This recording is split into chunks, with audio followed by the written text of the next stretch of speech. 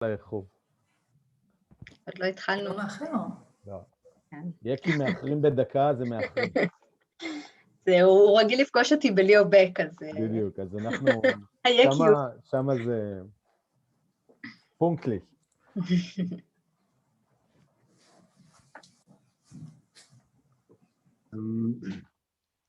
Should we start? Yeah. Okay. Hello, everyone. Welcome to the joint seminar, the Department of Jewish History in Ben-Gurion University and the JUTACT project. The JUTACT is an acronym of Jewish Translation and Cultural Transfer in Early Modern Europe. It's an ERC project led by Dr. Iris Sunshine in collaboration with a few other scholars, including me. The project is dedicated to the research of early modern translation from European languages to Jewish languages and to general processes of Jewish translation and cultural transfer at large. And today I'm very happy to introduce Dr. Elyada from the Hebrew University of Jerusalem. Dr. Elyada is a senior lecturer at the Department of History at the Hebrew University. Her fields of interest are German and German Jewish history and culture, Christian-Jewish relations, Yiddish language and literature, and the social and cultural history of language and translation. Her recent publications include papers in the Leo Baeck Institute yearbook, Past and Present, Zeitschrift for Religions und Geistesgeschichte, the Journal of Modern Jewish Studies, and the Jewish Quarterly Review. Her book, A Goy Who Speaks Yiddish, Christian and the Jewish Language in Early Modern Germany, was published in 2012 by Stanford University Press, and her current book project discusses the place of all Yiddish literature in modern German Jewish culture. It sounds fascinating to me. And today she will speak with us about Yiddish in German, diachronic translation between the early modern and the modern. Thank you, Dr. Elyada, for being with us, and the floor is yours. Thank you very much for this kind introduction, and thank you, Iris, for the invitation to this seminar. I'm very happy to be here, and I'm happy to present my current book project, who unfortunately has been my current book project for several years now, but a few articles have already been published, and I'm hopeful that I will reach completion in the very near future. So as Yaakov said, the book is tentatively titled Old Yiddish Texts in German Jewish Culture. And today I would like to speak about one major aspect of the book. And this is, of course, the aspect of translation and about the Yiddish in German, diachronic translation from the early modern to the modern. So I will share my screen. Second. Okay. Good. Okay. When scholars of German Jewish studies discuss the Yiddish-German encounter of the 19th and early 20th century, they almost always refer to the engagement of German-speaking Jews with modern East European Yiddish culture. And I'm referring here especially to the German Jewish translations of modern Yiddish literature, such as Yud Lamed Peretz, Sholem Aleichem, Sholem Ash, and so on. But the geographical Ost-West dimension of this encounter is only part of the story. During the same years, and indeed throughout the 19th century, German Jewish scholars and men of letters were also engaged with pre-modern Yiddish culture, which flourished in the German Jewish communities of the pre-emancipation era. This temporal past-present dimension of the Yiddish-German encounter stands at the focus of my present book project. And although I'm sure you all know about Old Yiddish literature, I'll just say a few words about it. During the Middle Ages and the early modern period, Yiddish served the Ashkenazi communities of Western and Central Europe as the spoken language, and together with Hebrew, also as a written language. The rich corpus of Yiddish literature published during that time included biblical translations and paraphrases, ethical books on morality and proper conduct, prayer books, medieval epics and romance, poems, fables, and drama. This so-called Old Yiddish literature, as opposed to modern East European Yiddish literature, circulated widely in the Ashkenazi communities throughout Europe. Some of its masterpieces, such as the Tzenerene, Meisebuch, Sefer Meise Nissim, Boverbuch, Sefer das Shmuelbuch, Sefer Brandspiegel, and many others, were practically bestsellers, which greatly influenced and helped shape the cultural world of Ashkenazi Jews during the early modern period and beyond. From the late 18th century onward, however, German Jews gradually abandoned the Yiddish of their forefathers, acculturating instead to the language and culture of the non-Jewish German surroundings. This linguistic shift from Yiddish to German resulted in the continuous decline of Yiddish in the Germanic lands and its eventual demise as the main language of German Jews. Together with the language, Yiddish literature too rapidly declined in the German territories. German now became the Jews' language of literary expression, and from the 1830s onwards, a vast corpus of Jewish belletristic in the German language came to dominate the cultural world of the German Jewish population. There was no room left for old Yiddish literature in the new cultural climate, and the publication of this rich and once so popular corpus practically ceased in Western and Central Europe already at the beginning of the 19th century. This historical shift in the literary canon of German Jewry is well demonstrated in the renowned painting of Moritz Daniel Oppenheim from 1806, Sabbathruhe auf der Gasse. The painting depicts a German Jewish home on a peaceful Sabbath afternoon. The pivotal year 1789 is engraved on the doorpost. You can see it here. Okay. To teach us that we are on the verge of a dramatic turning point in the history of Western and Central European Jewry, on the verge of modernity.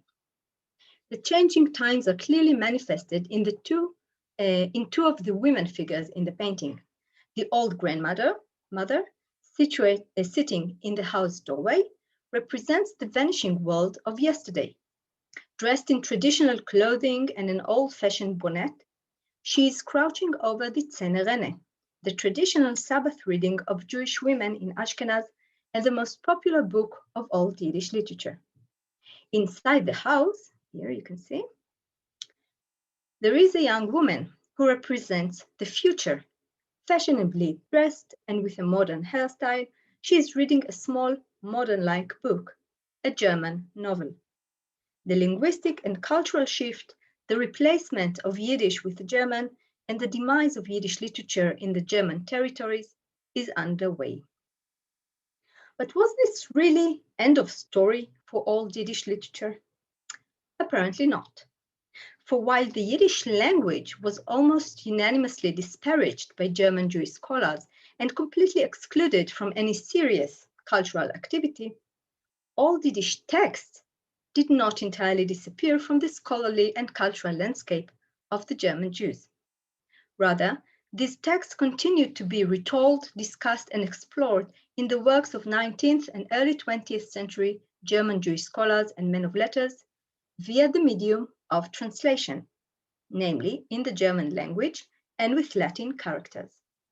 These German translations and the discourses surrounding them granted the Old Yiddish texts not only a continuing existence into the modern period, in a kind of afterlife or Nachleben, but also a rehabilitation, as these once very beloved works were being appreciated anew as literary and historical monuments of a bygone Jewish past. And here's just one example. This is what I sent you for the poster. So here we can see just one of the translations, one of many. On the left side, we see a page from the Meisebuch, published, the Old Yiddish Meisebuch, published in Basel in 1602. And on the other side, we see the translation or rendering or adaptation, you name it, in German, of Abraham Tendlau, the German Jewish folklorist. And this is from his book called Buch der Sagen und Legenden jüdischer Vorzeit from 1842. Okay, so this is just one example to show you how it looks like. My current book project presents a first large-scale attempt to put this rich corpus of German translations of old Yiddish texts at the center of a comprehensive and systematic study. Although a historical study in nature, the project also makes extensive use of the insights and methodologies developed in the field of translation studies over the past few decades. One of the most important developments in this field, which is central to my project, was the cultural turn, which brought with it a growing appreciation of translation as a valuable object of study, not only for linguistics and literary studies, but also for exploring larger systems and dynamics in culture and society.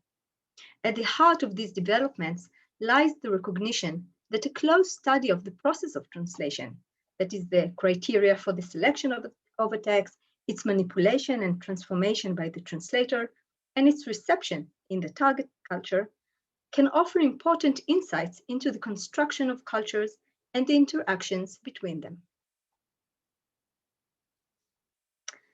Within the framework of my project, 3 clarifications need to be made regarding the concept of translation.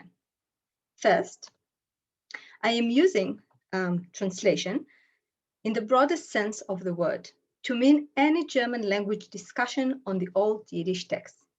This includes a wide range of translational practices, transcription, literary translations, adaptations, paraphrases, etc., as well as other forms of what the late literary critic André Lefebvre has termed rewritings. Rewritings, according to Lefebvre, and I quote, are texts that are designed to adapt works of literature to a given audience and or to influence the way in which readers read a work of literature, unquote. In addition to the various forms of translation, this group of texts also includes bibliographical lists, annotated anthologies, literary surveys, paratexts like introductions, footnotes, etc., critical editions, scholarly reviews, and so on. Although these and other writings that I use in my work are not translations in the strict sense of the word, the practice of translation is inherent to all of them, as they serve to convey, mediate, introduce, and explain Yiddish texts to German-speaking audience. Second, instead of exploring the more common phenomenon of synchronic translation, that is the transfer of texts from one culture to another, more or less contemporaneous one, my project discusses the phenomenon of diachronic translation, namely the importation of translated texts from one period into another, from the early modern to the modern. And third, while translation is usually understood as the import of texts from a foreign culture, which developed in a different geographical and linguistic zone, the German Jewish protagonists of my book were engaged in what we might term self-translation, the import of texts from an earlier stage in their own history and past culture, the very texts that their own forefathers and foremothers previously read in the original Yiddish. And if you prefer, we can also say that we move here from intercultural to intra-cultural translation. In the wake of the German Jews' linguistic shift from Yiddish to German, the old Jewish texts were imported into the modern era and translated into German for the benefit of new generations of acculturated Jewish readers. By analyzing a large body of these diachronic intercultural translations and rewritings with the tools of cultural history, my project seeks to shed light on an important and hitherto under-researched chapter, not only in the long and turbulent history of Yiddish, but first and foremost in German Jewish history and culture, which it illuminates from the unique perspective of translation. As I show in my book, the engagement of 19th and early 20th century German Jewish authors with early modern Yiddish texts was not driven merely by an archaeological or antiquarian interest in the past. Rather, it was motivated by the ambition of these scholars to create a distinctive German Jewish subculture, a subculture that sought to link the Jewish past with the German present, and to enable 19th century acculturated German Jews to retain the strong sense of belonging to the Jewish community and its heritage. This, of course, without undermining the achievements of emancipation and the integration of German Jews into the German culture and society, but rather on the contrary, in order to promote and strengthen these very processes. And this is the structure of my book. Okay, so it's still a working title. If someone has a suggestion for a subtitle, I would be happy to hear. I'm struggling with the subtitle. So basically, it's divided into 3 parts according to the different genres of Old Yiddish literature. So the first part discusses Yiddish Bibles, which it includes both ready translations and adaptations of the Bible, but also homiletic books like the Tzenerene and religious educational books and so on. And the second part focuses especially on the Maise Buch and Sefer Maise Nissim, so all the compilations of the Yiddish folk tales. And the third part discusses the very bizarre and fascinating corpus of works that were translated in the early modern period. They were translated from German into Yiddish. And now modern German Jewish scholars are again interested in these translations. So it's epics like the King Arthur, or novels like Till Eulenspiegel and so on. Okay, so these are the 3 genres. And the idea here was also that each part is moving from Jewish culture to German culture. So the discourse surrounding the Yiddish Bibles is very inner Jewish. The third part is about foreign literature that was imported into Yiddish in the early modern period. And the second part is in between. It's the folk tales that are both Jewish and European. So this is like broadly define the structure of my book. So just to give you a taste of what I'm in fact doing in this book, I shall now present very briefly one aspect of my topic, and this is the engagement of 19th century German Jewish scholars with the literary heritage of Old Yiddish Bibles, which dominated the religious and cultural world of Ashkenazi Jews throughout the early modern period. So I'm basically going to give you a small taste from the first part of the book, okay? But I do not need my presentation anymore, so I can see you. Great, okay. Okay, the rich and diverse corpus of Yiddish Bibles, or Bible-related texts, included translations and adaptations of biblical texts from Hebrew into Yiddish, either specific books or the complete Bible, usually with the addition of rabbinical exegesis, mostly of Rashi. I'm talking now about the corpus, okay? What does it mean, a Bible-related text in the corpus of Old Yiddish literature? So we have the various translations and adaptations, homiletic prose and books of morality and proper religious conduct, biblical glossaries and lexicons, and rhymed versions of the sacred text. With the Haskalah movement of the late 18th century, Yiddish Bibles, together with other religious texts in this language, came under fierce attack from the side of the Maskilim, who took great efforts to replace the traditional Yiddish translations with their own German versions of the sacred text. Yet the biblical works in Yiddish, which ceased to appear in the German lands already at the beginning of the 19th century, were by no means forgotten. They continued to be the object of collection, translation, examination, and discussion throughout the 19th century, most notably in the work of German Jewish scholars. The engagement of these scholars with Old Yiddish Bibles entailed an interlingual translation from Old Yiddish into German, as well as intricate acts of intercultural translation, which involved the relocation of the Yiddish biblical texts from the literary, historical, and cultural context of pre-modern Ashkenaz to that of Jewish culture and scholarship in modern Germany.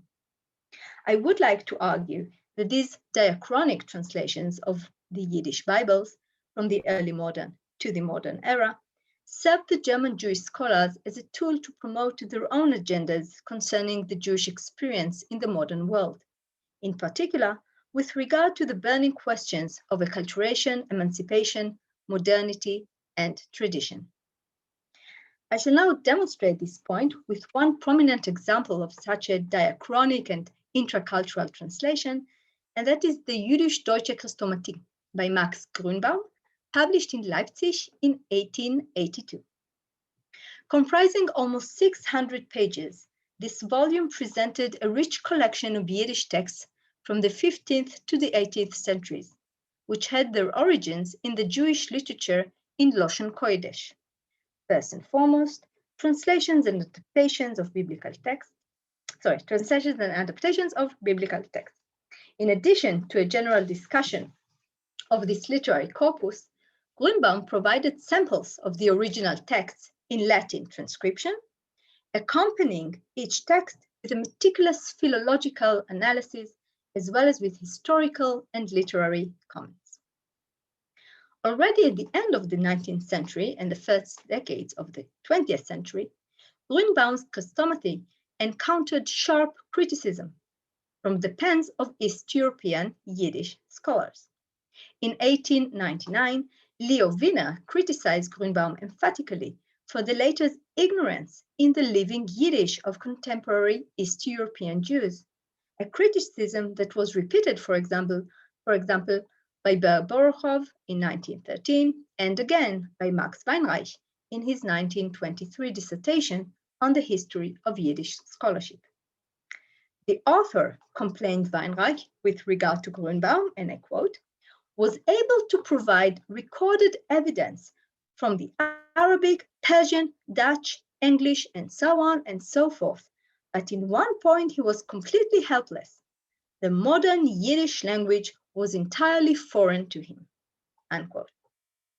A second point of criticism concerned the Latin transcription of the original Yiddish texts as provided in the Christomaty. According to Weinreich, not only did Greenbaum transcribe phonetically a language he has never heard and therefore had no idea how the words had actually been pronounced, but he chose to do it without providing the original Yiddish, and, even worse, by following in his transcription the rule or Rechtschreibung of modern standard German. So he completely Germanized the text. The shortcomings of Greenbaum's interlingual translation notwithstanding, it is in the intercultural aspect of his work, in the ways he represented the old Yiddish texts and mediated them to a modern German Jewish readership, that his historical significance is to be found. While previous German Jewish scholars, especially from the first half of the century, perpetuated the Maskidic animosity toward the Yiddish culture in general and the biblical literature in the language in particular, like Leopold Zunz and Markus Jost, all the Wissenschaft des Judentums really criticized all these old Yiddish texts very sharply. So as opposed to them, Greenbaum's Christomaty was one of the pioneering works that advocated a rehabilitation of the Yiddish biblical corpus, no longer a degenerate literature, a sordid monument of Ashkenazi superstition and ghetto mentality, but a venerated literary heritage, a wonderful monument of Ashkenazi piety and cultural richness. The pioneering character of Greenbaum's work manifested itself both in its overall concept and underlying assumptions, on which unfortunately I'm not able to elaborate in this talk, and I will elaborate on this with regard to the individual Yiddish works included in the Christomaty. In his discussion of the Yiddish biblical translations, for example, Greenbaum refers to some of the main characteristics: the word-for-word method of translation, the strict adherence to the Hebrew original, and the integration of Hebrew words, and the additions of Haggadic interpretations and exegesis. It was precisely these characteristics, it should be noted, which aroused the objection of both Christian and Jewish scholars in earlier periods. From early modern Hebraists to 19th century German Jewish scholars, these characteristics were perceived as responsible for the corrupted language of the biblical translations, as reflecting Jewish superstition, and as diverting the reader from the plain meaning of the holy text. Greenbaum, on the other hand, defended the interlinear character, as he calls it, of the Yiddish translations, as well as their intermingling of Hebrew words. He perceived both characteristics as a sign of true piety and loyalty to the Jewish religion and heritage, and moreover, as a custom that has etwas sehr Gemütliches, something very homely to it. Another characteristic that gives these translations etwas Gemütliches is the addition of Haggadic interpretations to the biblical stories. Through this embellishment of the text, so Greenbaum, and I quote, "The distant characters and events of the Bible are dressed up with the attributes of a much later period," unquote, thus bringing the biblical stories closer to the world of the Jewish reader. Moreover, instead of considering these additions to be abgeschmackte Legenden, tasteless tall tales, as was previously argued, Greenbaum emphasized that many of these Haggadic interpretations were in fact lovely and witty, sehr hübsch und witzig. They presented the biblical past in bright and colorful pictures and turned the religious text into an appealing and entertaining reading. The gap between Greenbaum and his predecessors was even more pronounced with regard to the perception and evaluation of the Zenerene, the most popular book of traditional Yiddish literature. Especially popular among Jewish women for reading on the Sabbath and holidays, it included paraphrases of biblical texts accompanied by elaborate commentaries from a large variety of Jewish sources. Greenbaum followed, to be sure, the gendered perception of the work as Frauenliteratur, women's literature, which was prevalent in 19th century scholarship. However, instead of joining previous scholars in condemning the book as distasteful, ridiculous, or otherwise an epitome of Jewish Unbildung, Greenbaum praised the defamed Zenerene as a pillar of traditional Jewish society and highlighted its role in promoting Jewish piety and religious values. The Zenerene, according to Greenbaum, as well as other ethical religious Yiddish books, are exemplary in their humbleness, modesty, and pious inwardness. They taught the Jewish woman that, I quote, "the king's daughter is all glorious within, kol kvoda bat melech pnima," and thus encouraged the domestic virtues, häuslichen Tugenden, of piety, devotion, charity, and benevolence within the Jewish home. In addition to their educating and edifying purpose, Greenbaum elaborates on another important function of these Yiddish works in early modern Ashkenaz, one of religious comfort and solace in difficult times. Since all these biblical texts are, I quote, "imbued with the spirit of Gottesvertrauen," the trust in God, they build for the readers a splendid bridge between the beautiful past and the beautiful future, a colorful rainbow that arches high and full of promise above all sorrow and pain of the present, unquote. This rehabilitation of Yiddish biblical literature, which found favorable, even enthusiastic reactions among Greenbaum's colleagues and peers, was undoubtedly closely related to the fact that by this point in time, the early 1880s, Jewish acculturation into the German culture had already won the day. The German Jewish scholars, therefore, no longer had to fight for the eradication of Yiddish culture, as in the early decades of the century. It had already perished. The battle was over, and now was the time to pick up the pieces and try to salvage the forlorn treasures of a bygone past. But if the disappearance of Yiddish in Germany made the rehabilitation of the Yiddish literary heritage possible, it was the changing historical context that made this shift also desirable. During the first decades of the century, German Jewish scholarship served as a weapon in the battle of the German Jews for political emancipation and religious reform. This entailed the demolition of traditional rabbinic hegemony, the modernization of Jewish society, and the entrance of the Jews as equal citizens into the modern German state. As far as the Jewish scholars were concerned, Yiddish language and religious literature posed a grave hindrance to achieving these goals. It thus had to be eliminated, together with all other components of the old order, the pre-modern Ashkenazi ghetto. From mid-century, on the other hand, from mid-19th century, the goals of German Jewish scholarship have significantly altered.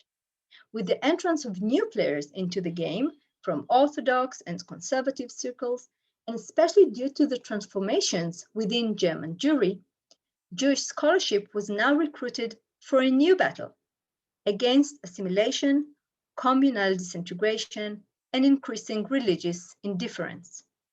The urgent task now, and even more so during the closing decades of the century, was to reintroduce the by now secularized and highly acculturated German Jews to the Jewish heritage and religious tradition, which is precisely what Greenbaum was doing.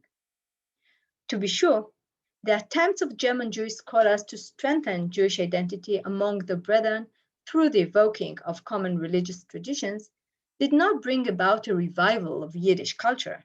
It was too late for that.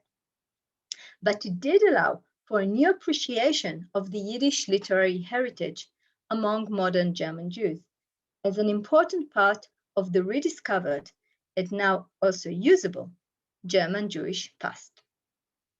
And I conclude. Every act of translation entails at least two kinds of transformations: a transition from one language to another, and a process of de- and recontextualization, namely the transition of the translated text from one social, cultural, and political context into another.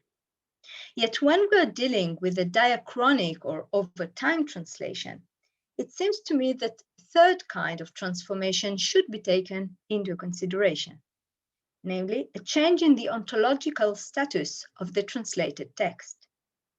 A hint in this direction can be found already in an article by Moritz Steinschneider from 1898, in which he noted, and I quote, "Das Jüdisch-Deutsche ist bei uns nicht mehr eine praktische, sondern eine historisch-philologische Frage. For us, Yiddish is no longer a practical, but a historical, philological issue."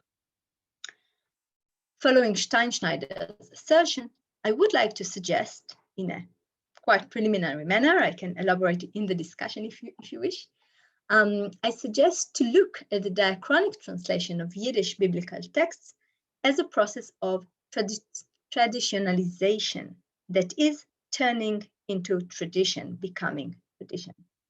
As literary scholar Dorothy Noyes wrote in a recent article on the tradition of tradition, and I quote, "The paradoxes of heritage are well understood. It recuperates a dead tradition of the life world, or even kills off a living one, in order to bring it to a second life in print, in the museum, or on stage.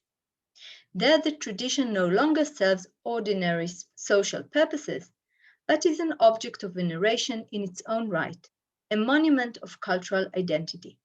Its form, protected from decay or corruption, becomes frozen in time," unquote. As I hope to have demonstrated very briefly with a one example of Max Greenbaum and his Jüdisch-Deutsche Hystomity, the process of traditionalization allowed German Jewish scholars to embrace the old Yiddish literature as an integral part of the German Jewish heritage, to rehabilitate this literary corpus and to use it for promoting their own agendas. Indeed, based on this short paper on the diachronic aspect of the Yiddish-German encounter, I would like to suggest that a comprehensive study of this topic, and this is in fact what I do in my book, could revise a major aspect in the reception history of Yiddish literature. Further than that, such a study has the power to shed new light on the German Jewish struggle with what historian Ismar Schorsch once called, and I quote, the major issue of the emancipation era, namely, what was to be done with the legacy of the past. So I will stop here and thank you very much.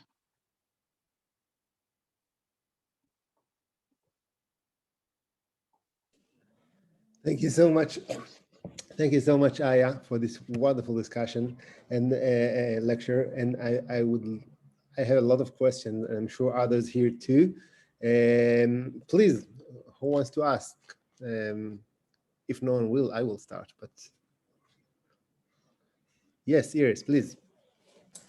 Okay, thank you, Aya. This sounds like such a fascinating project, and I know that I speak for more than myself that we're really looking forward to this book, to seeing it in print.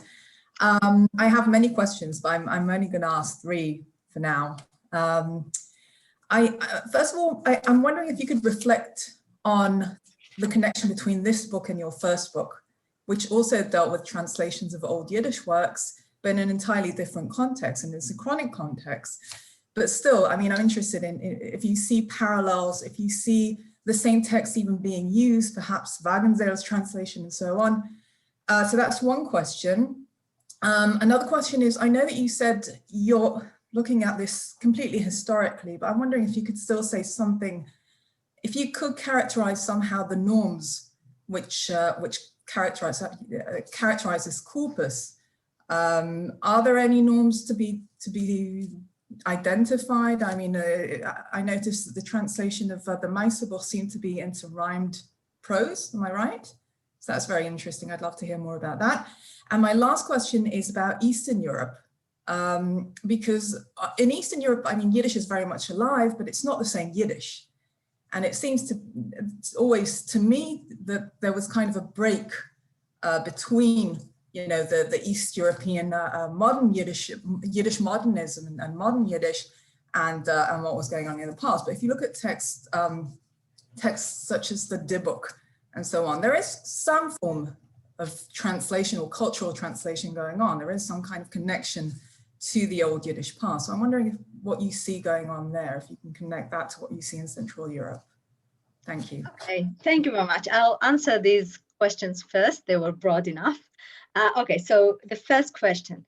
So indeed, my first book discussed the Christian Yiddishist in early modern Germany. So the Christian engagement with Yiddish language and indeed literature. So I already had this corpus of old Yiddish literature being discussed and explored. Previously, it was by the Christian Yiddishists, and now, so previously it was by early modern Christian Yiddishists, and now I'm taking the same corpus and looking what happens to it in the future, so in modern German Jewish culture. So it's not, now it's not still in the early modern period, but in the modern one, and I transferred from Christian scholars to Jewish scholars. But of course, I mean, the topic of the present book really emerged from the previous one. This goes without saying. And also, I do integrate quite a lot from the Christian Yiddishists. I do integrate them also in this book because the German Jewish scholars, the modern scholars like Steinschneider, like Greenbaum, like many others, they themselves use the Christian Yiddishists. They rely on them, they refer to them, they argue with them. And it's really interesting also to make parallels to see how, for example, the early modern Christian Yiddishists, how they represented the Szenerene, how they perceived it, and how they presented it to Christian readers. And on the other hand, how do German Jewish scholars do the same with the same corpus to their German Jewish readers? So there are, in fact, many parallels and many points where the topics meet. The second question, okay, I'll go to the third one first, the D-book. So I really can't say, I'm not an expert on modern Eastern European Yiddish culture. So I will not go into that. I'm a scholar of German history. Okay, so the fact I'm doing Yiddish in Germany is bad enough. I'm not going to, to do Yiddish, modern Yiddish in Eastern Europe. I will get fired and will be sent to another department. So I'm not going to do that. But what was the second question? Sorry. That was about the norms of translation. Excellent, thank you. So in fact, because I'm taking such a broadly defined corpus, I'm really looking at everything that was written in German about Old Yiddish literature. So sometimes it was like really full translations of books. Sometimes it was just chapters. I have many sources that are inside the German Jewish periodicals of the time. So many articles on the subject. I have textbooks. I have history books about the history of the German Jews by Abraham Berliner, by Adolf Kohut and others. I have, of course, all the bibliographies of Steinschneider. So since the corpus is so diverse, I can't really say there is a norm because, everyone takes it to a different place. Some of the translations are more scholarly oriented, some are more popular oriented, more poetic oriented. So it changes. But the only thing I can say is that all of them really, they Germanize the text by the mere fact that it's usually like, so it's always in Latin transcription. Sometimes we have the original, usually not. And they would usually take it like more to the German side. So it can be really Germanized transcriptions, but it can be fully German. But it's very diverse. So thank you. Thank you. Rebecca, please. Thank you, Aya. Really fascinating stuff. I also wanted to ask about the place of Eastern European Yiddish. I don't want you to lose your job, but even if they don't study the Diachronic and other like Eastern European texts, I was wondering if there somehow is a dialogue, or if they somehow engage with the fact that some people in the East still speak Yiddish and that the language there is alive, if they somehow position themselves towards like Eastern Yiddish through basically the medium of Old Yiddish. Mm-hmm. That was one question. And another thought, just on the Tentlau translation you gave in rhyme, I was wondering if it's like, I'm sure it's like, it's a conscious strategy to put it in rhyme, because I saw it's like, it's a very ordered stanza. I think it was A, B, A, B. So it also refutes the notion that Yiddish is like a crooked jargon. It makes it to look more elegant. And I have a second question.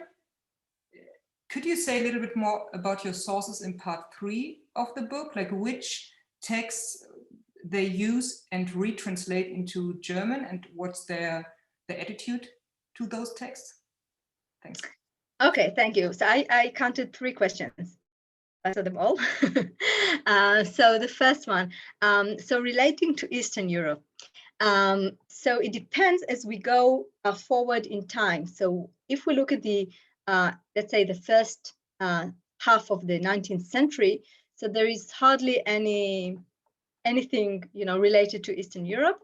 But as we go towards the end of the century, the last decades of the 19th century, so of course, we see the flourishing of Yiddish culture in Eastern Europe. We see the modern Yiddish literature coming, and of course, they can't ignore it. Now I say, of course, they can't ignore it, but in fact they do. So the German Jewish scholars like Greenbaum, like Steinschneider, like others of this generation of the Wissenschaft des Judentums, they say very explicitly, we don't want to have anything to do with the modern Yiddish culture. I mean, they were even worse than I am, right? So they were like, this is jargon, and we understand that some people find it attractive, so they can handle it. We don't find it attractive, and we don't want to have anything to do with it. And it's really like Steinschneider said it. And when Leo Wiener wrote, he has in his index of the book, he has Steinschneider, ignorance of Yiddish. Like that's an entry in his index. And then Steinschneider reacts and he says, well, I'm very proud of my ignorance because this is jargon and I leave it to East European Jews to deal with. Okay? But, and now we come to the third stage, the other people in the late 19th century, and especially in the first decades of the 20th century, so they cannot ignore Eastern European Yiddish anymore, of course not. And many of the works are being translated into German and disseminated among German Jews. And it also gains a lot of appreciation. And this is something that I think gives like new impetus to the engagement with Old Yiddish, because they are more aware of Yiddish and are interested in Yiddish, thanks to what's happening in Eastern Europe. They are also more interested in Old Yiddish. So in this sense, I see the connections. As for Tendlau, Tendlau is amazing, but he's really doing something which is quite unique. I mean, not many authors know how to do it, but he really gives it surrendering and just bases his poems on the old stories, but it's really an independent work of art. Work of literature. He's writing this, as you saw very correctly, as a German ballad, and it is completely in High German. You can't find hardly any Hebraisms. It's very Germanized, very poetic, very High German, really to show that, you know, this is something respectable enough and suitable for German Jewish educated readers. He also has at the end, he has Merkungen, like annotations, and he gives all kinds of explanations about, you know, literature and history. So he's making jargon respectable in this sense, right? He's taking like popular literature and turns it into reading material that would be considered suitable for middle class educated German Jews. And the third question was? The sources in your part 3 of the book? Yes. Which so, text? So there you have, I have especially a scholarly discourse about these texts, and also a kind of, well, maybe implicit, but not always very implicit, rivalry with German scholars who are also interested in these texts because they are of German origins. So, so I don't have many like straightforward translations like Tendlau, for example, but I do have a lot of scholarly discussions, and through this also kinds of translations integrated into the discussion. But I think one of the most famous examples is Leo Landau, who put, I think it was 1912, he put the King Arthur, he put it in, if I'm not mistaken, he put it in German. Okay, so this was, for example, like one of the famous, and he put out like a critical edition of the text and so on, of course, very Germanized. So this is a unique example. Like many of them just, you know, discuss it and combining bits and excerpts of the translation.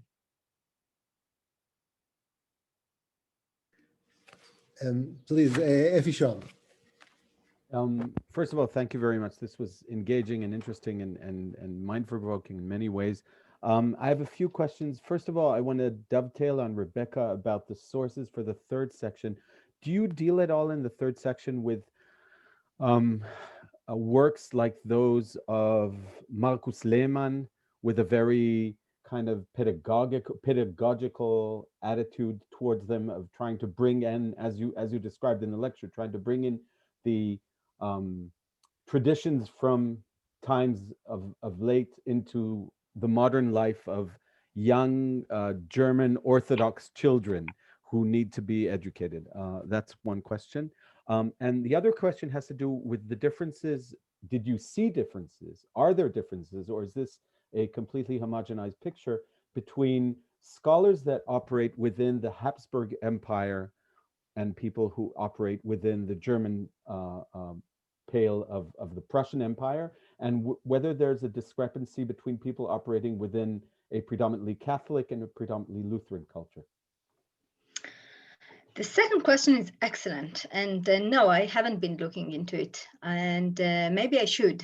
Maybe I should try to see if there are any I think changes. with regard to the Bible, it may be of some gravity. Maybe I don't I'll know. certainly I'm look into it. hypothesizing off the top Yeah. of my head. So you can imagine that when I wrote about Christian Yiddishists, of course it was like a most important question, and somehow with the German Jews, I didn't think to look into it, but I will. And if I find something interesting, I will definitely let you know. As for the first question, so I don't think you mean the third part of the book, because then it's really about secular literature, like German literature in Yiddish, but the other parts, the biblical literature, also the Meisterbuch. So I use these works, for example, by Lehmann, or those that were published in Der Israelit, the Orthodox periodical of the time that Lehmann established. I look at it only if it's translated from Old Yiddish, or an adaptation, or something that connects it to Old Yiddish literature. If it's just a story that he tells, like ghetto literature, about how it was in the past, or things like this, so that's not really in my corpus. I can use it for comparisons or for broader context, but it's not really part of the corpus.